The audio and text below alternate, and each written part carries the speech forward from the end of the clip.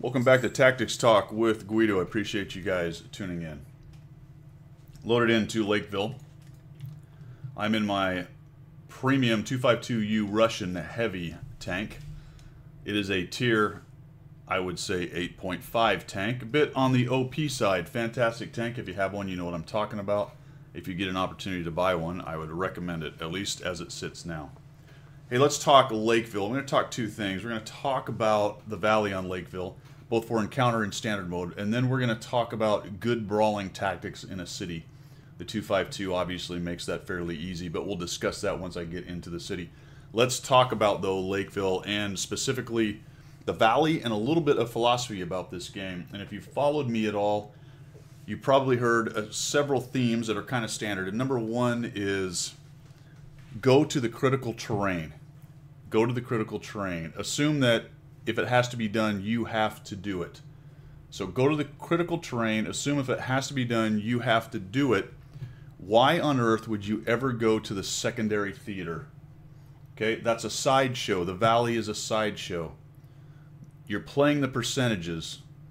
The Valley wins Lakeville, if I had to throw out a number, 5 to 10% of the time.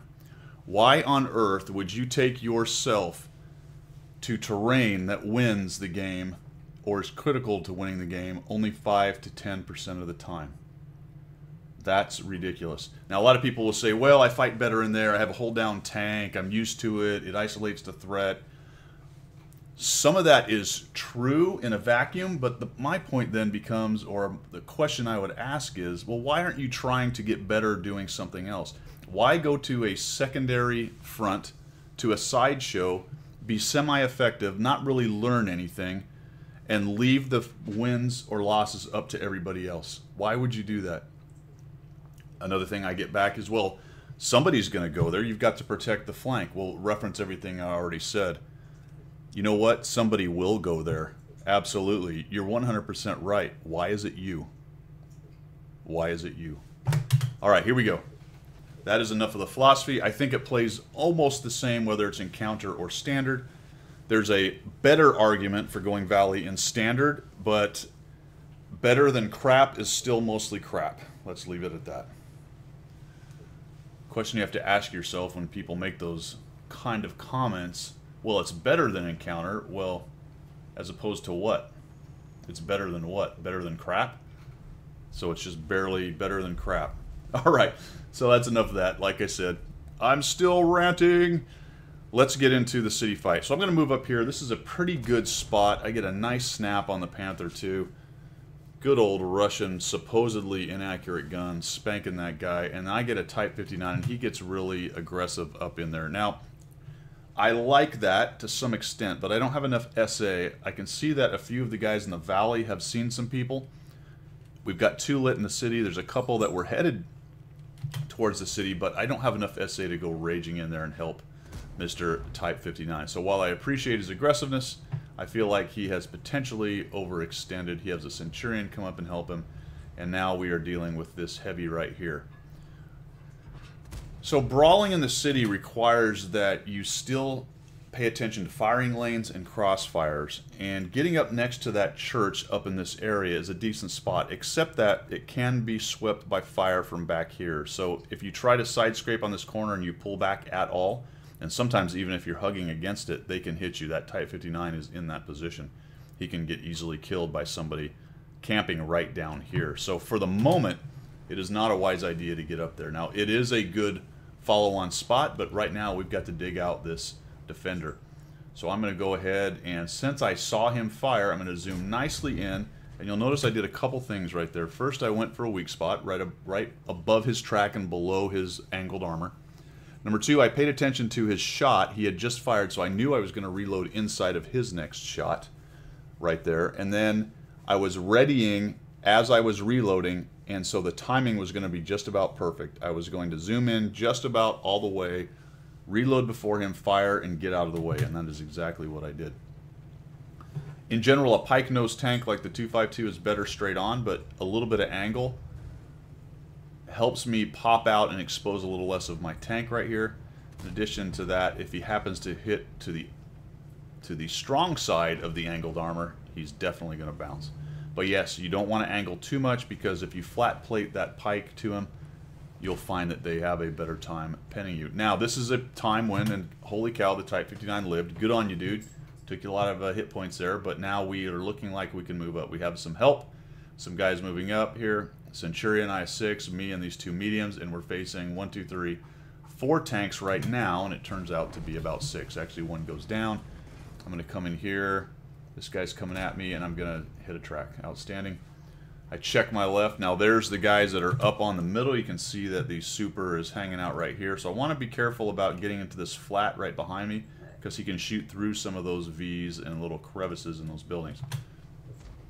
Once I get up to this corner, I should be relatively safe from somebody in the middle, unless they happen to be sitting right about here. But I can tell that between the Hawk and this guy, this is still a no man's land right here. So for the moment, I'm good.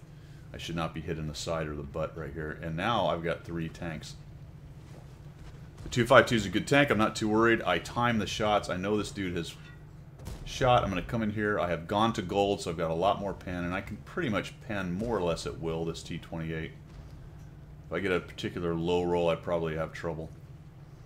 Now, I don't want to poke out right here, because I'm exposing my front sprocket, which would be unwise, and my side armor in a city. I've got this T-34. Initially, I was wondering if he might come around the corner, take the hits, and I would pop out. Now, I don't want him to do that, but if he did, I was going to take advantage of it. He doesn't, so now I'm going to do the side scrape trick, which hurts his capability to poke around, but neither one of us really wants to come around there and have our front sprocket hit. And I'll just tuck right up here, and he's just going to have to work around me at this point. If he's not going to come in and get crazy, then we're going to have to be careful, and this is the best way for me to be careful. And I bounce off of the T26E4. I'm trying to get into that weak spot under the chin. And my reload's a little slower than I want. I come around here. I'm thinking I'm going to hit him. I get hit by HE. I fire and finally get something onto the back of the T26E4. I was really trying to help that Type 59 live. If I could knock out a gun, I thought maybe he had a chance for another shot. And the T28's frustrated. He's firing HE at me. I'm looking to go after... I don't know what happened. I think I bounced off the T28 hatch. I was really trying to get into the side of that T32 turret, and I may have actually bounced off that too, but either way it didn't work. I see the T29 fires. I'm coming after him. Put it right there into his weak... Oh, I got into his matlet, but I'm going to go around. All right? So looking for opportunities, even in the town, to get around the enemy.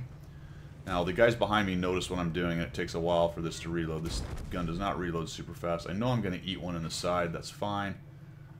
Kind of figured that was going to happen, and now they are facing enemies from 2 directions. I get a little kerfuffled here with my auto-aim. See, I've auto-aimed. Initially, I was on the Super. Then I auto-aimed, unfortunately, the T-32 trying to get on the Super, and it takes me a while to figure out what I want to do. I want to take that gun out, and there we go. Since the T-32 was not a single-shot kill, I had to goof around. But that's going to delay my reload a little bit. Doesn't really hurt me, although maybe I'd have got a few more hit points off that T-32 had I been able to reload before the 34-3, if I wouldn't have been waiting so long because of my auto-aim buffoonery. I didn't see those 2 guys in the middle. I might have had shots on them, but bigger threat is the KB5, and I've got to get in here and help these guys deal with him. Which works for me because I can protect myself coming down. The game is not necessarily won, but we are looking pretty good. Let's clear out this KB5. He's still got some hit points. I'll pop that. He nails me. I'm able to bounce it, fortunately. Goes around that way. Takes a shot. Not really sure what happened to him right there, whether it bounced off the I-6 or he just plain old missed. And I swing around. I see the pilot. And that's just SA on the map. Kind of paying attention to what's going on. Always look for the next shot. You want to be essentially the Death Blossom from that space movie. What the heck was that called? The Last Starfighter. Right? You always want to be the last Starfighter doing the Death Blossom. Looks like artillery's got my attention, I have artillery's attention. Easy for me to say. And we probably got a super person going to show up here momentarily. I last seen headed this way, so I'm curious, where is that guy? That silly super Pershing, what's he doing? I don't see him. Maybe he's still hiding in those buildings and whatnot over there. And the Valley is still futzing around. Looks like the Scorpion, the 8.8, played peekaboo for a while. Now they're finally coming around. There's only 3 enemies left. Most of the dead ones are here in town anyway. That guy naturally hits me and pens me and ammo racks me. Holy macaroni. Up to 4,500. I got a super Pershing and I'm down to a 2-shot from him. Add a little splasherino from the artillery and he might get me in 1. He shoots. Fix my ammo rack. Come in here. Aim it into underneath that massively armored mantlet with the extra armor. And we end up killing him. I do not get to the last hit points. Finally, the super Pershing pushes through up there in the Sideshow Bob area. Not a thing mattered that happened up there. Not one thing that happened up there mattered. And we end up winning down here pretty handily. Some good examples of city brawling. You can still flank in the city. You do need to have a good idea of when to push and all of that. But please, please, please, if you get Lakeville, and especially encounter, and for the most part on the standard battle, don't go Valley. Go where it matters. Take your gun to the most important part, and remember, somebody will always go there. Don't let it be you. Thanks for tuning in. I appreciate your support. This is Guido signing off, and we will see you.